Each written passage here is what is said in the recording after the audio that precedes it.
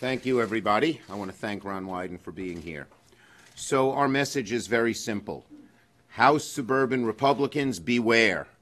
They're setting you up for a big fall.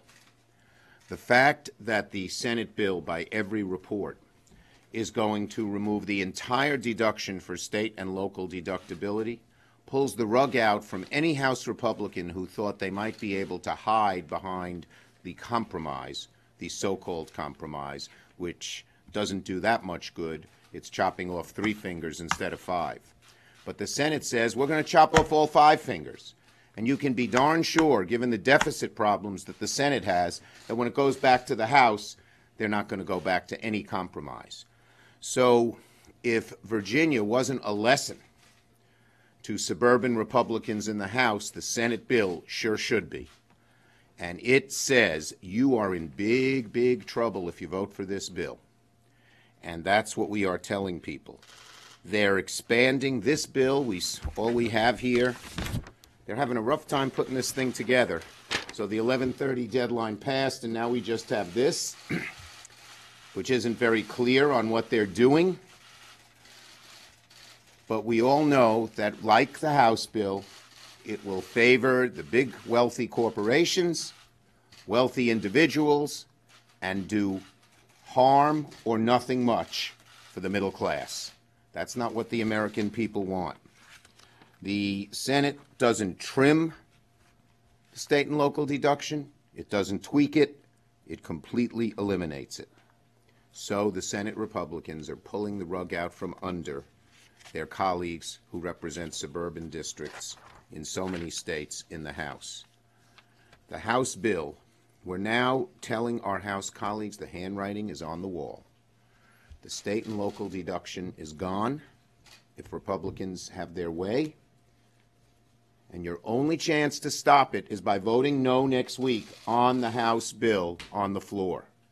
Because once they pass it in the Senate with the elimination of the whole deduction, you can be darn sure it'll go right back to the House with the full deduction in it, and the House Republican leadership and all the big special interests who want all these tax breaks, the wealthy special interests, will say, come on, you can't mess this up now, vote for it. I've said that to a couple of my New York colleagues personally, including one who was very much for the compromise. I know you'll ask me who, but you're going to have to guess. And I think they're getting it. So what we need here is the kind of tax reform we did in '86. A process, regular order, hearings, scores, debate, amendment.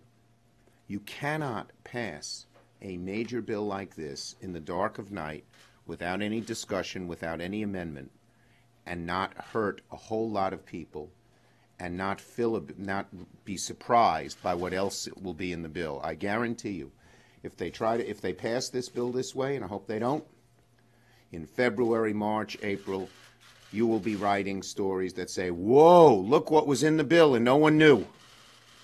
That's just how taxes and tax bills are.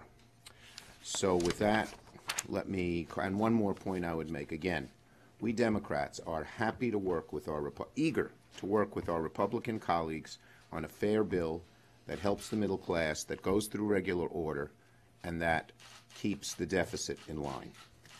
Ron. Thank you, Leader Schumer. And Leader Schumer is always sensitive to his Western members who have planes leaving in a bit. First of all, Senate Republicans are proposing the same basic approach. Throw the middle class overboard to pay for big corporate tax breaks. And the best example is eliminating the state and local deduction. Now, they have tried to say, I've heard this argued by various finance members, that somehow this is a blue state, red state matter. That's just not true. In Wisconsin, in Georgia, the Carolinas, all over America, in communities where the American dream has sparked economic growth and lifted families into the middle class, the Senate Republican plan and particularly the state and local issue, is going to cause a lot of pain. That's number one. Number two, it looks like the Senate bill is going to double down on the pass-through loophole. Assuming they do that, it will be Christmas morning for tax cheats who want to skip out on paying their fair share. And the pass-through loophole adds huge layers of complexity to the tax code and will just be a bonanza for anybody who's trying to become a partner in an accounting firm. And it won't even provide much, if any, benefit to true small businesses, the corner stores, the garages, and restaurants that fuel the local economy. I'll close on this. Like the leader, I share the view that Republicans are missing the message from Tuesday night.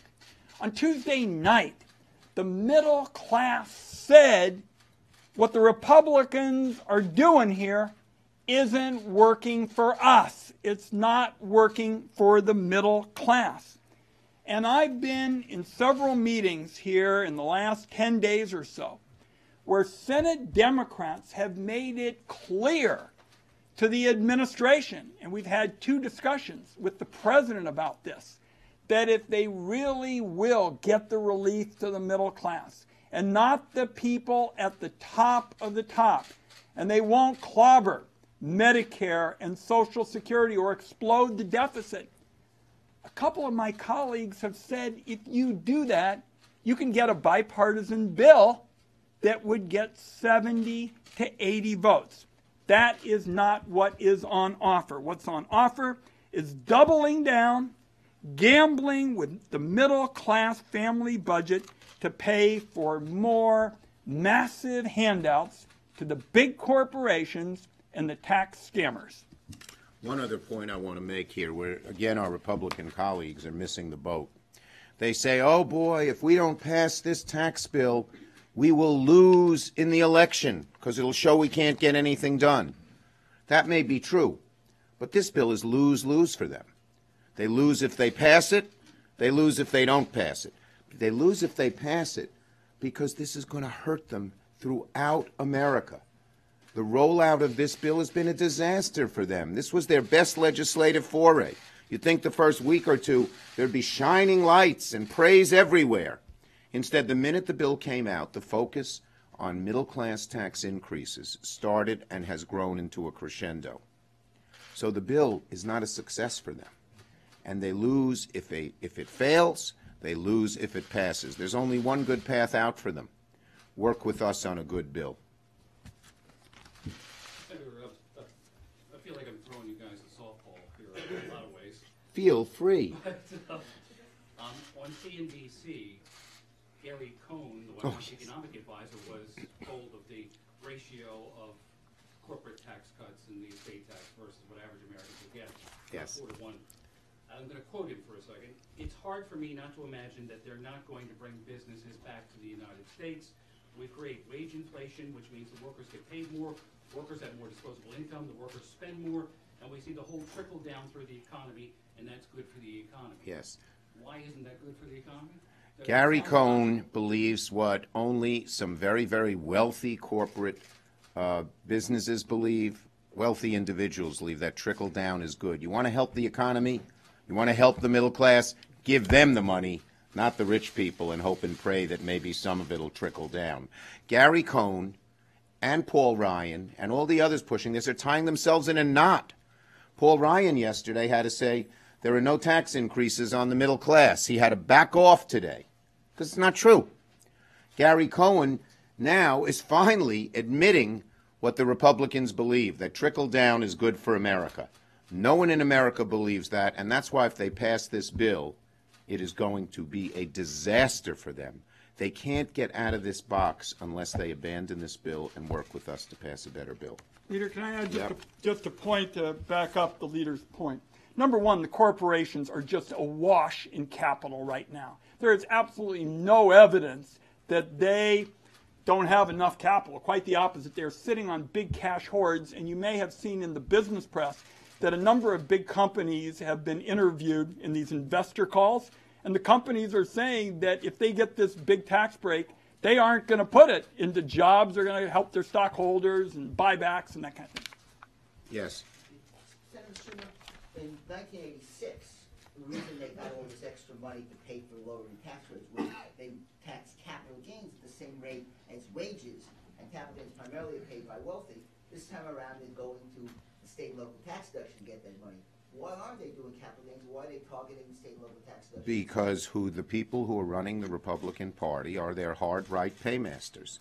People like the Koch billionaires, like the Koch brothers, multinational, huge corporations that have sent so many jobs overseas and don't really care about American workers. The Republican Party is not the same one as Ronald Reagan. Ronald Reagan genuinely wanted to see the middle class pay less in taxes. These new Republicans want to see the top 1% pay less in taxes and don't give a hoot about the middle class, will force the middle class to pay for those tax cuts for the wealthy. Tom. The Washington Post is reporting that the Senate bill would keep the estate tax with a higher threshold. It would also allow deductions for student loans and certain things like that, and maybe higher medical expenses.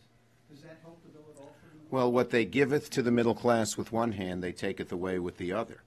And the state and local deduction, making that, taking that away totally, harms the middle class dramatically no matter what else they do. Okay, thank you, everybody.